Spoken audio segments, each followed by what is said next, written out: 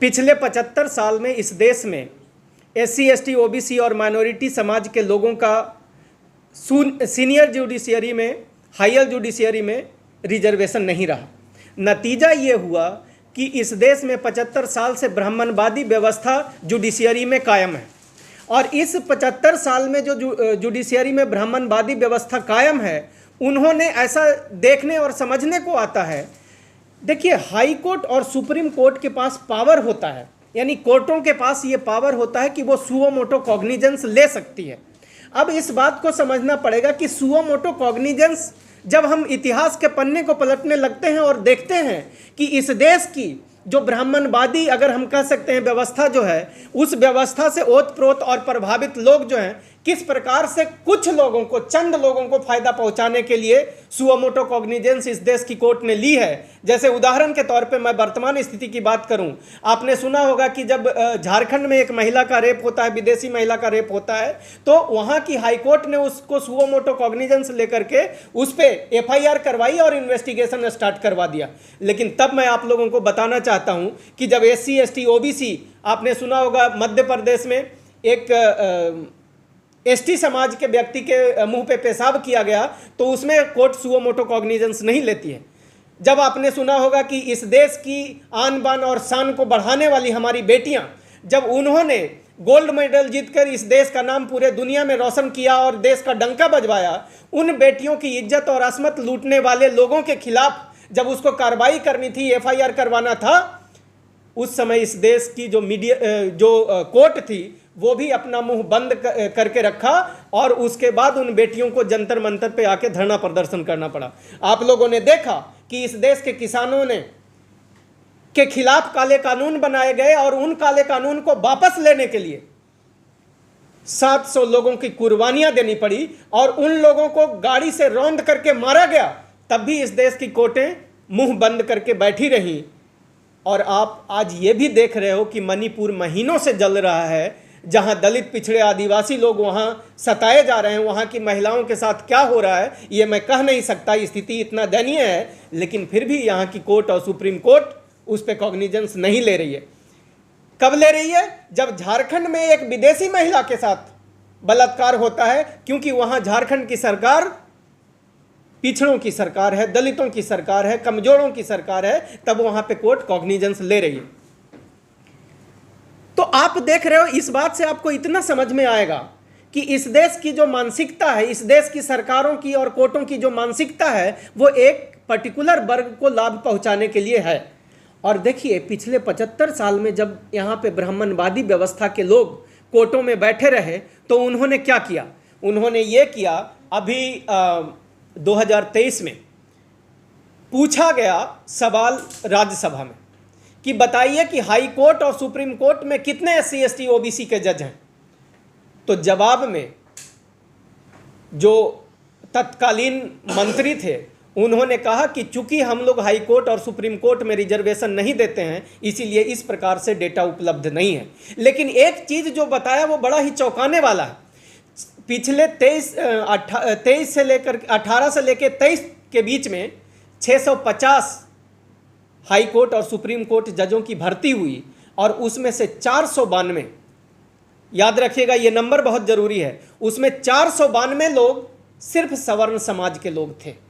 यानी जिन लोगों की संख्या इस देश में मात्र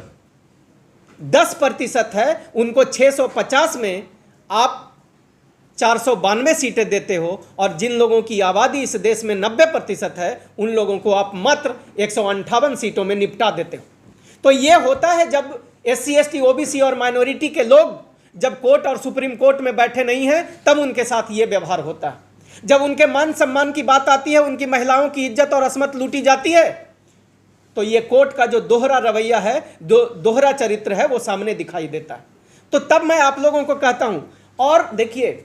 ये तो एक व्यवस्था की बात की, आपको दूसरा बात समझाता हूं। पिछले कई वर्षों से सुप्रीम कोर्ट में जाता रहा, लोगों ने कहा कि आप डिमांड कीजिए कि OBC आरक्षण लागू किया जाए। बार बार सुप्रीम कोर्ट ने यह कहा कि OBC आरक्षण लागू नहीं हो सकता है, क्योंकि अभी तक जनसंख्या नहीं पता है कि OBC की जनसंख्या है कितनी। लेकिन कभी भी उसी सुप्रीम कोर्ट ने यह सरकार को गाइडलाइन नहीं दिया कि आपको जनसंख्या कि काउंटिंग करवानी चाहिए, जनगणना करवानी चाहिए। वहीं दूसरी तरफ आप देखो 2019 में जब ईडब्ल्यूएस कैटेगरी के लोगों को आरक्षण दिया गया, यानी सवर्णों को आरक्षण देने की बात हुई, तो तब सुओ मोटो कॉग्निजेंस लेकर के इस सुप्रीम कोर्ट ने यह नहीं कहा कि अब जो है इनकी जाति जनगणना नहीं है तो आप किस आधार पे इनको 10% आरक्षण दे रहे हो। अगर बिहार के को आधार हम लोग मान लें तो सवर्णों की आबादी मात्र 10% है। 15% तब वो पूरा होता है जब उसमें मुस्लिम समाज के लोगों को ऐड किया जाता है, और मुस्लिम समाज वहाँ 5.5% है। इसका मतलब ये हो गया कि सवर्णों की जो आबादी है बिहार और एवरेज मान लें वो देश में, तो मात्र 10%, और 10% के लोगों को आप 10% आरक्षण दे रहे हो। और वहीं दूसरे तरफ जब जाट मांगता है आरक्षण, तब कोर्ट कहती है ये गंदे लोग हैं, सरकार कहती है ये गंदे लोग हैं, ये उग्रवादी किस्म के लोग हैं जो गलत काम करते हैं। जब पटेल मांगते हैं आरक्षण गुजरात में, तब उनको कहा जाता है ये गलत लोग हैं। जब मराठा मांगते हैं महाराष्ट्र में, तब उनको गलत लोग बताया जाता है, और उनके खिलाफ पुलिसिया कार्रवाई करके हजारों और मतलब सैकड़ों लोगों को मारा जाता है, और लाखों करोड़ों की संपत्तियां जलाई जाती है और बर्बाद की जाती है। मैं मुद्दे की बात ये कहना चाहता हूँ आप लोगों के सामने कि दो चीज़ें यहाँ पे समझ में आती है। जैसा कि मैंने आपको बताया कि ये जो 2019 में जो आरक्षण की बात हुई, तो उसमें आपको पता है ये देश की सरकार जानबूझ के सोच समझ के राजनीतिक तरीके से ये सवर्ण लोग आपको गरीब, कमज़ोर, लाचार और मजबूर रखने का काम करते हैं। और ये क्यों करते हैं अब मैं आपको समझाता हूँ। यहाँ अभी जब इन लोगों को पता चला, आपको याद होगा कि इस देश में बहुजनों की मात्र 2 बार सरकार रही है। एक बार 1989 से लेकर के 91 तक 2 साल वो रही, और उसके बाद जो दूसरी सरकार रही वो 1996 से लेकर 98 तक। जब इन सवर्णों को पता चल गया, ब्राह्मणवादियों को पता चल गया कि अब तो ये सेंट्रल गवर्नमेंट में आने लगे हैं, कहीं ऐसा ना हो कि सुप्रीम कोर्ट में आने वाले समय में किसी दलित, पिछड़े और आदिवासी को चीफ जस्टिस बना दो, तो बेहतर है इससे पहले कोई ना कोई तरीका ढूंढ लो। आप इस देश के दलित, पिछड़े, आदिवासी अपने दाल रोटी में व्यस्त थे और सवर्ण अपनी व्यवस्था बनाने में व्यस्त था। जब 93 में इन्होंने क्या किया, आपको पता है, बार और बेंच दोनों जगह पे इनका जो है रोल और इनका प्रभुत्व ज़्यादा है। तो ये करते क्या हैं कि बेंच के माध्यम से कोई एक एप्लीकेशन आगे फॉरवर्ड करवा दिया, पिटीशन फॉरवर्ड करवा दिया, और 1993 में कॉलेजियम सिस्टम लाया गया। और वो कैसे लाया गया, article 123 of constitution, Indian constitution में उसमें लिखा हुआ है कि सुप्रीम कोर्ट में जजों की जो नियुक्ति होगी उसमें सरकार से कंसल्ट करना पड़ेगा, उनसे कंसल्टेशन लेना पड़ेगा। लेकिन आर्टिकल 124 को 9 जजेज की बेंच ने ये ऑर्डर देते हुए कहा कि वो कंसल्टेशन का मतलब कंकरेंस है, और वो शब्द की बदलाव कर दिया। आप लोगों को जानकारी होनी चाहिए कि अगर संविधान में आप बदलाव करना चाहते हैं तो तब आप तभी कर सकते हैं जब 2/3 बहुमत से राज्यसभा और लोकसभा में उसको पास करवाना पड़ता है। लेकिन इन ब्राह्मणवादियों ने क्या किया, 9 जजेज की बेंच मिल करके ये ऑर्डर कर दिया कि ये कंकरेंस शब्द है, ये कंसल्टेशन नहीं है। इसका मतलब ये हो गया कि अब सरकार से इसका कोई लेना देना नहीं है, और 3 सीनियर मोस्ट जजेज जो हैं वो तय कर लेंगे कि अब सुप्रीम कोर्ट का चीफ जस्टिस कौन बनेगा। यहां ही नहीं, जब पंडित वाजपेयी की सरकार आई तो उसी व्यवस्था को और मजबूत करने के लिए, ताकि सरकार की सुप्रीम कोर्ट के जजों की नियुक्ति में रोल खत्म हो जाए, पंडित वाजपेयी ने एक और चाल चला और उसने कहा कि नहीं, 3 जजेज जो हैं वो कम हो जाएंगे, 5 जजेज कम से कम होना चाहिए। इनको पता है कि शब्दों का खेल कैसे खेला जाता है, और उन्होंने 3 के जगह पे 5 जज का कॉलेजियम सिस्टम बना दिया। और आज सुप्रीम कोर्ट का चीफ जस्टिस जो भी बनता है वही 5 कॉलेजियम सिस्टम के माध्यम से बनाया जाता है। और आप देखोगे, इतिहास निकाल के देख लो, पिछले 75 साल में इस देश में जितने भी सुप्रीम कोर्ट और हाई कोर्ट के, खास करके सुप्रीम कोर्ट के जो आज के तारीख में 34 जजेज हैं, उसमें से मैक्सिमम ब्राह्मणवादी हैं। और वो लोग हैं जो 50 परिवार, पूरे देश का 50 परिवार पिछले 75 साल से इस देश में सुप्रीम कोर्ट का जज बन रहा है। कोई मौसा, कोई फूफा, कोई बहू, कोई बेटी, इस प्रकार से सुप्रीम कोर्ट में जज बनाए जा रहे हैं। यानी अब दलित, पिछड़े, आदिवासी और माइनॉरिटी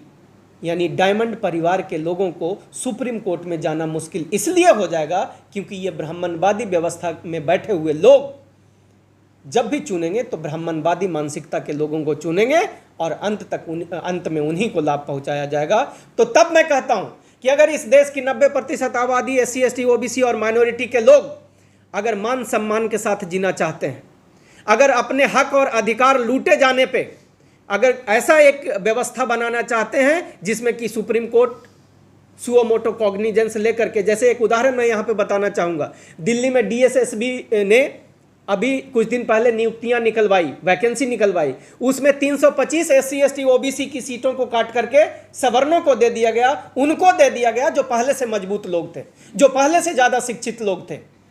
आपको जानकर हैरानी होगी कि कुछ दिन पहले दिल्ली में दिल्ली पुलिस की वैकेंसी निकली थी लगभग 7,000 के आसपास, और उस 7,000 में 2,000 में 90% आबादी वाले SC, ST, OBC माइनॉरिटी के लोगों को निपटा दिया और मात्र 10% के लोगों को EWS और अनरिजर्व कैटेगरी के नाम पर लगभग 5,000 सीटें दी गई। और इस देश की सरकार भी चुप रही, इस देश का कोर्ट भी चुप रहा। तो तब मैं कहना चाहता हूं अंत में बस इतना कि अगर मैं सारे SC, ST, OBC माइनॉरिटी के आज विधायक, सांसद और मंत्री हैं, अब तो कोई नहीं है, लेकिन ये समय बहुत इंपॉर्टेंट है, चुनाव का समय है, अपने लोगों से कहना कि जब तुम SC हो, तुम ST हो, तुम OBC हो और तुम आते हो किसी राजनीतिक पार्टी के तरफ से वोट मांगने, तो उस समय तुम क्या कर रहे थे जब तुम्हारे बहन बेटियों की इज्जत लूटी जा रही थी? तुम उस समय क्या कर रहे थे जब तुम्हारे बच्चों के हक और अधिकार की नौकरियां छीन करके सवर्णों को दी जा रही थी? तब फिर तुम क्या कर रहे थे? आगे से तुमको तभी हम अपना वोट देंगे जब तुम हाई कोर्ट और सुप्रीम कोर्ट में यानी हायर जुडिशियरी में SC, ST, OBC का आरक्षण की मांग करोगे, और जब जब SC, ST, OBC माइनॉरिटी के अधिकार हक छीने जाएं या उनके मान सम्मान पे आघात हो, तो वैसा कोर्ट तैयार करना जो उस पर सुओ मोटो कॉग्निजेंस ले। तो आपके माध्यम से मैं पूरे देश की जनता को एक बात और कहना चाहता हूं, जो मेरे जैसे साथी हैं जिनके पास कुछ नहीं है, अगर आपके पास मोबाइल फ़ोन हो तो अपने मोबाइल फ़ोन के माध्यम से जैसे मैं आज बोल रहा हूं आप भी बोलो, और जिस भी मंच से, चाहे फेसबुक हो, ट्विटर हो, इंस्टाग्राम हो, या और जो भी संसाधन और साधन आपके पास है, आप उस पर वीडियो बनाओ इन मुद्दों पे, ताकि हमारा समाज जागे। और जिस दिन समाज जाग गया उस दिन से हम सत्ता में भी होंगे, सरकार में भी होंगे और सुप्रीम कोर्ट में भी होंगे। जय भारत, जय संविधान, जय डायमंड परिवार।